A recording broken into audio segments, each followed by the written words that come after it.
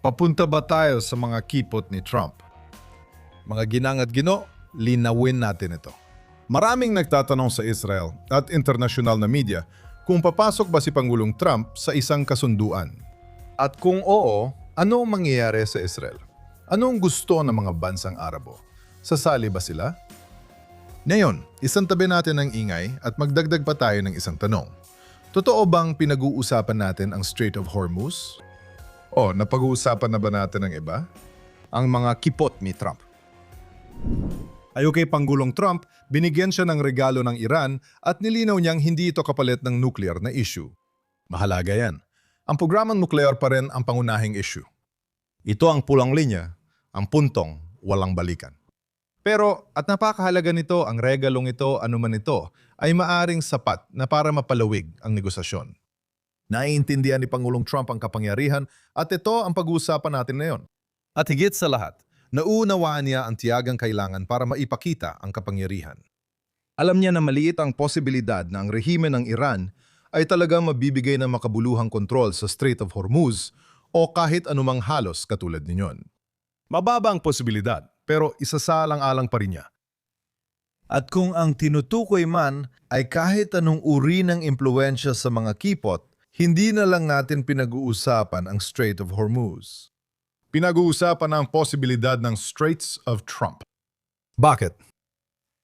Kung kaya ni Trump, kukuha siya ng konsesyon ng walang putok ng bala. Gagawin niya ito kung posible. Ganun sa makipagnegosasyon. Maaari rin itong magsilbing paraan para bumili ng mahalagang oras. Dahil habang pinag-uusapan ang ideyang ito, at habang bawat isa sa mga komentarista ay nagsusuri at nagbababala at malapit na itong matapos.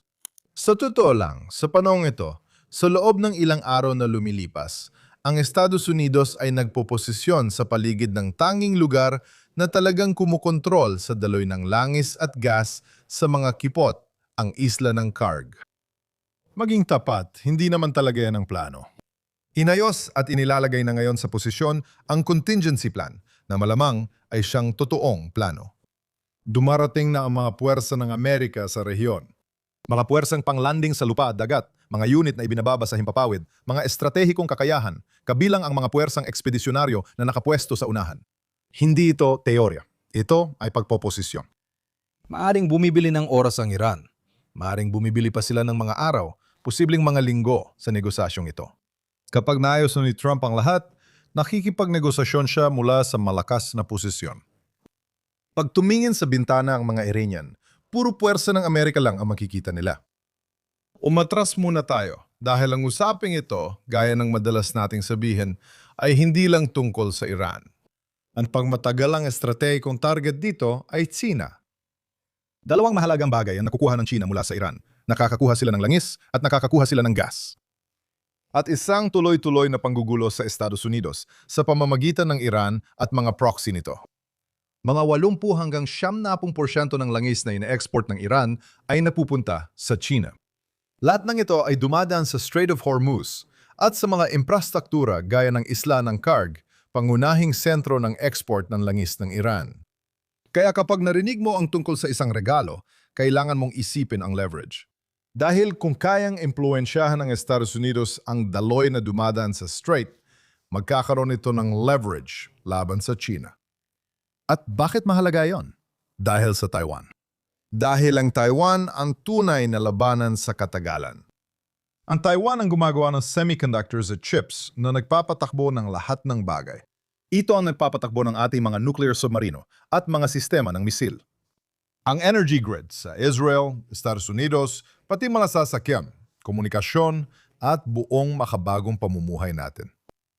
Kung kikilos ang Sina laban sa Taiwan, hindi lang ito isang regional na labanan. Isa itong senaryo ng pandaigdigang digmaan. Alam ito ni Trump.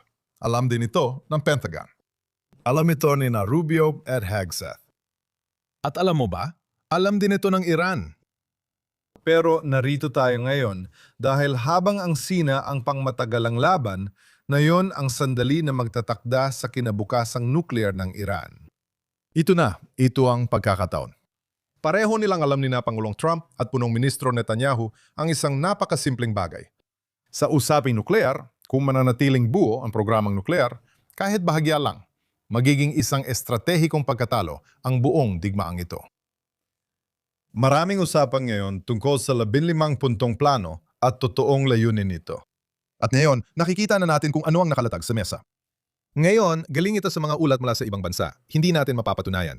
Pero may iniulat na 15 puntong panukala mula sa US na ipinadala sa Iran. Itinatanggi ng Iran na nangyari ito. Sinasabi nila na walang negosasyon. Sinasabi naman ng US na naipadala ito, kaya ikaw na ang humusga. Malamang ay naipadala nga ito. At ano ang laman nito? Hindi ito malabo. Kasama dito ang pagbuwag ng lahat ng kakayahang nuclear ng Iran, zero enrichment, pag-alis ng enriched uranium mula sa Iran, at pagtigil sa anumang pagsusumikap na magkaroon ng sandatang nuclear. Tinutukoy din ito ang mga programang ballistic missile at tinatapos ang suporta ng Iran sa mga proxy nito sa rehiyon. Ipinipilit at hinihiling din ito na manatiling bukas ang kipot ng Hormuz bilang malayang sonang pandagat. Hindi ito maliit na issue. Ito ang puso ng digmaan, kaya malinaw ang ipinapahiwatig nito.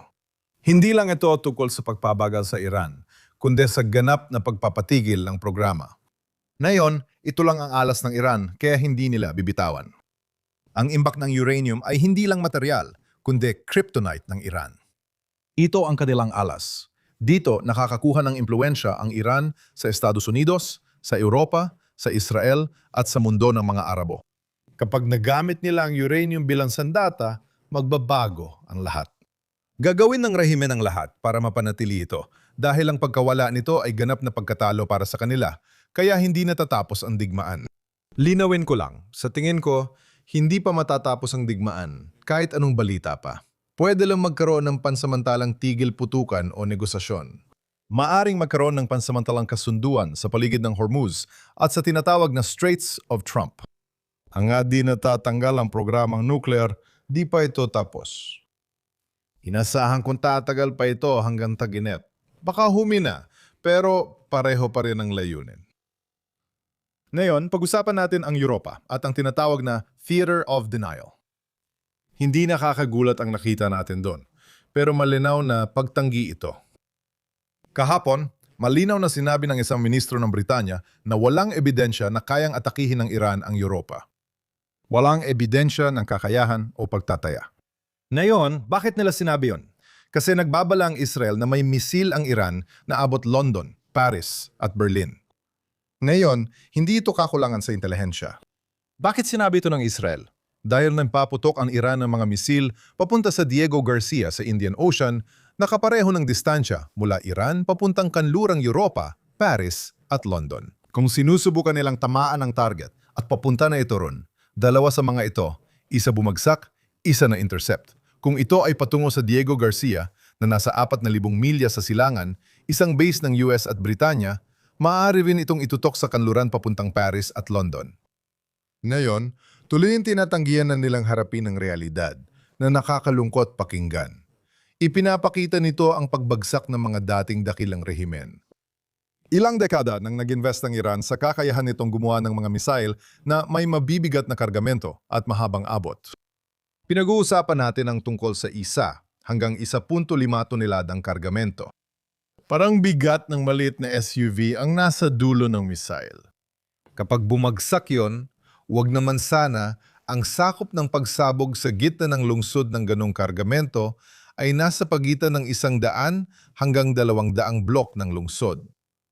Iyan ang sakop ng pagsabog. Isipin natin ang gitna ng London at ang Paris. Hindi lang ito teorya. Ano ang dapat gawin? Kung ako ang embahador ng Israel sa London, sasabihin ko sa iyo ang napagtanto ko. Kukuha ako ng pulang laso at iuunat ko ito patawid at palibot ng sentro ng London. Itatanda ko ang blast radius at palalakarin ko ang mga tao na dumaan sa loob nito papunta sa trabaho nila. Kailangan mong dumaan sa ilalim ng laso. Ngayon, nasa blast radius ka na para makarating sa coffee shop mo, corporate building at British Museum. Hindi nila maiintindihan ito hanggat hindi nila nakikita. At kahit makita pa nila, hindi rin ako sigurado. At gayon pa man sa parehong panahon, alam mo, huli rin ang Europa sa larangang ito. Nagsisimula ng kumilos ang Europa. Ayon sa Royal Navy ng UK, naghahanda na silang mamuno sa Hormuz Coalition. Simple lang, plano ng Inglaterra magpadala ng mga barkong pangalis ng mina. Malaking tulong yan. Nakipag-ugnayan na sila sa Estados Unidos. Isinasama rin ang Pransya. Magpapadala pa sila ng mga autonomong sistemang pandagat na walang sakay na tao. Pwede din mong ipadala sila sa Kipot para linisin ang lugar. Kung sumabog, ibig sabihin may minang hindi nakita. Mahigit 30 bansa ang lumagda sa pinagsamang kasunduan. At ang UK ay nag-aalok na mag-host ng isang summit para ikordina ang mga pagsisikap na tiyakin ang seguridad ng pandaigdigang pagpapadala. Ano ang nakikita natin? Dahan-dahan silang kumikilos pero huli na. Huli na rin niya yun. Kumikilos na sila kahit tinatangi pa rin nila ang mismong bantang ito. Iyan ang England sa susunod na taon. Paano naman ang mga bansang Arabo? Ngayon, sasali ba sila? Kung tatanungin mo ako, hindi sila sasali ng malakihan. Hindi pa sila sumasali ng malakihan hanggang ngayon. Tandaan natin. Una, hayagang sinabi ng mga bansang Arabo na hindi nila papayagang gamitin ang kanilang himpapawid para sa pag-atake sa Iran. Pinayagan nilang gamitin ang himpapawid nila sa pag-atake sa Iran. Pagkatapos, ilang araw silang tahimik na sumuporta sa likod ng eksena, hinihikayat ang Estados Unidos at Israel. Ngayon, lantaran na nilang hinihikayat ang Estados Unidos at Israel, lalo na si MBS, na nagsasabing dapat tapusin ni Trump ang laban at wakasan ang rehimeng ito. Pero kikilos ba sila ng simboliko? Oo, sa tingin ko gagawin nila. Bakit sila gagawa ng simbolikong hakbang tulad ng pagpapadala ng misil o UAV o estratehikong pag-atake? Kasi alam ng mga bansang Arabo ang direksyon nito. Nakikita rin nila kung sinong humuhubog sa resulta sa gitnang silangan. May maliit kang bansa, ang Israel na may 9 na milyon katao at sakop lang ay 1/5 bahagi ng 1% ng gitnang silangan. Ngunit nakakasabay sa lakas ng Estados Unidos ang pinakamakapangyarihang bansa. Gusto nilang mapalapit dito. Sa palaruan, gusto mong mapalapit sa pinakamalakas na bata. Kaya ano ang inaasahan nating makita? Sa tingin ko may makikita tayong bagay pero limitado na mangyayari sa dulo ng kampanya kapag wala ng banta, siguro mula sa Saudi Arabia. Walang magiging mapagpasyang hakbang. At iniisip ko na malamang hindi ito ipapadala laban sa rehimen ng Iran, kundi marahil sa mga napalilibutang puwersa para sa ganun ay makaligtas pa rin ang rehimen ng Iran sa sitwasyong ito. Kung pababayaan natin silang mabuhay, pwede pa rin gamitin ng Saudi Arabia ang barahang yon. Pero kailangan ng isang bagay na magpapreserba ng kanilang dangal, isang bagay na aayon sa resulta at para makita silang nasa tamang panig. Alam mo, Europa, pareho ang kwento. Nagalinlangan, tumutol, pumuna, nagpigil sila. Ngayon, kita na nila ang direksyon. Bakit sila nakikialam? Ayaw lang nilang mapag-iwanan. May natitira pa ring bakas ng dakilang kontinente ng Europa, ang Europa na tumutol sa paniniil, lalo na ang Inglaterra, laban sa mga Nazi na lumaban noong unang digmaang pandigdig, laban sa Alemanya at mga kapangyarihan Axis. Hindi pa nila nakakalimutan ang alaala, kaya sila kumikilos. Kailangan kong sabihin, matatandaan ng kasaysayan kung sino ang naroon noong oras ng pangangailangan. May isa pa akong gustong talakayan. Ang tinatawag kong paradox ng Israel. Iiwan ko ito sa inyo. Humihihina ang suporta para sa Israel sa ilang bahagi ng kanluran. Kanlurang Europa, mga demokratiko sa US, pati ilang batang republikano. Gayunpaman, mas malakas ang Israel kaysa kailanman sa gitnang silangan. Mas matibay ang ugnayan natin sa lahat ng bansa sa Abraham Accord. Kakaparma lang natin ng malaking kasunduang pang-ekonomiya sa India, pinakamalaking bansa sa mundo. May relasyon din tayo sa Azerbaijan at malakas tayo sa gitnang Asya. Lumalakas ang ating ekonomiya at militar. Bakit? Bakit nangyayari ito na lumalakas ang Israel sa silangan at humihina ang pangalan natin sa kanluran? Dahil may kabaligtarang relasyon sa kanluran. Sa kanluran, habang lumalakas ang Israel, lalo namang tinatanggihan ito ng mga nasa progresibong hanay sa kanluran. Sa ilang bahagi ng kanluran, ang kapangyarihan ay nakikita bilang likas na masama at ang kahinaan ay itinuturing na isang kabutihan. Sa gitnang silangan, nauunawaan at iginagalang ang kapangyarihan. Kaya alam mo, ang meron tayo ay ang kanluran.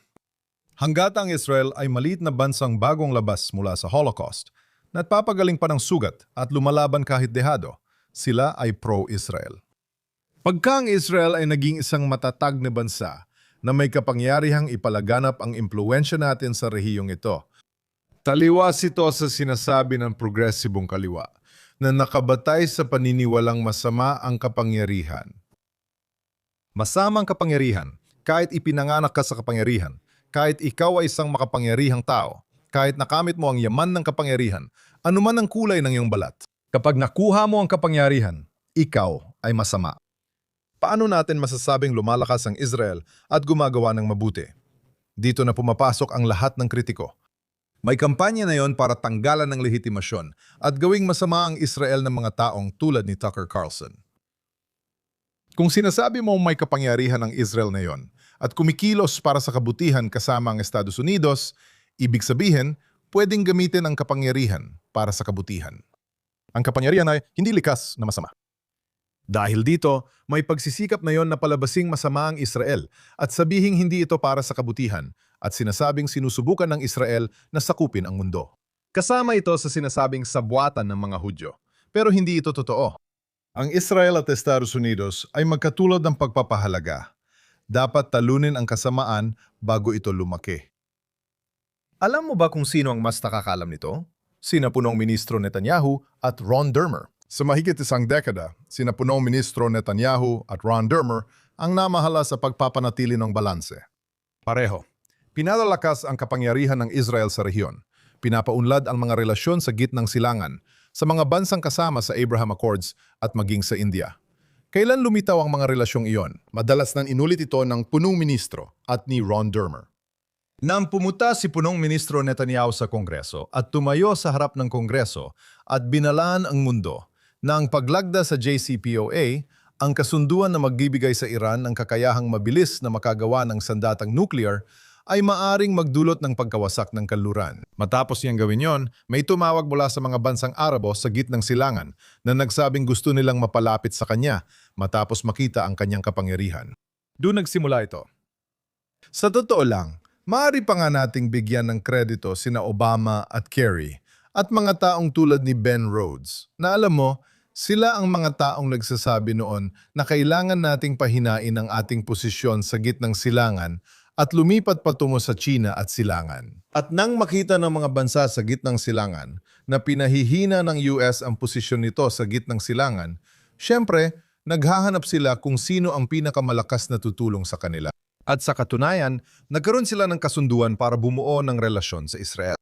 Kaya maaari pa nating ibalik ito kay Obama na nagpahina sa posisyon ng Estados Unidos sa gitnang silangan, na siyang nagtakot sa mga bansang Arabo at naging dahilan para mapalapit sila sa Israel. At kay Pangulong Trump na nagpapakita ng lakas.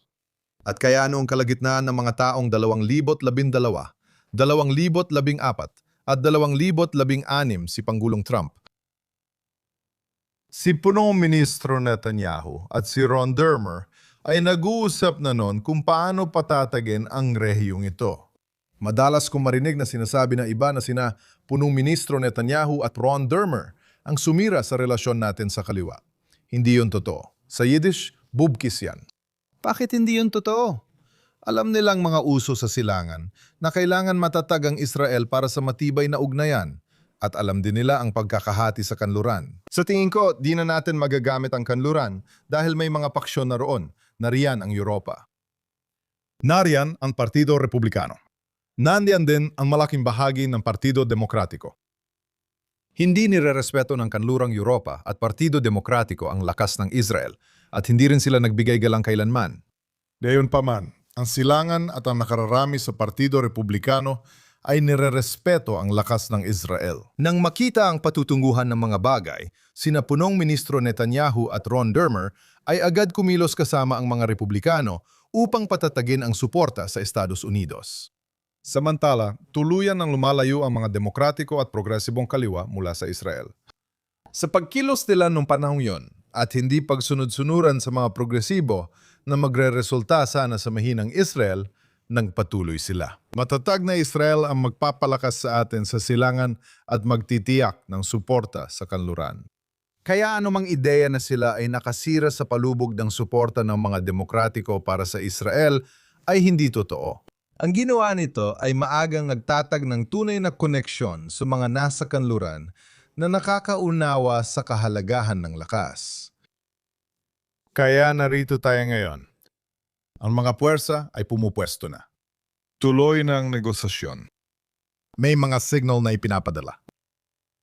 Pinag-uusapan na ngayon ang Straits of Trump. Pero huwag kang magkamali, malaki ang nakataya. Ang mangyayari pagkatapos nito, ang magtatakda ng kinabukasan ng rehimen ng Iran, ng balanse ng kapangyarihan sa gitnang silangan at ng anyo ng mundo sa labas nito. Hindi pa ito ang katapusan. Ito ang sandali bago ang mapagpasi ang yugto.